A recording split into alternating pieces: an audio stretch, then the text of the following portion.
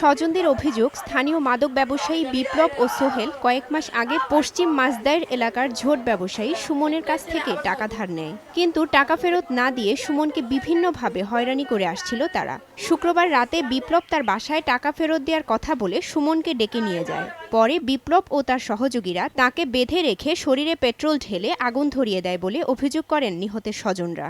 এ সময় চিৎকার শুনে স্থানীয়রা তাকে উদ্ধার করে সদর হাসপাতালে ভর্তি করে। অবস্থা আশঙ্কাজনক হওয়ায় তাকে ঢাকা মেডিকেল কলেজ হাসপাতালে নিয়ে গেলে চিকিৎসাধীন অবস্থায় তার মৃত্যু হয়। এই এলাকার মাদক ব্যবসা বিশাল বড়। ওই আজকে 10-20 বছর ধরে এই মাদক ব্যবসা করে, ওর বউ সাথে জড়িত ছিল।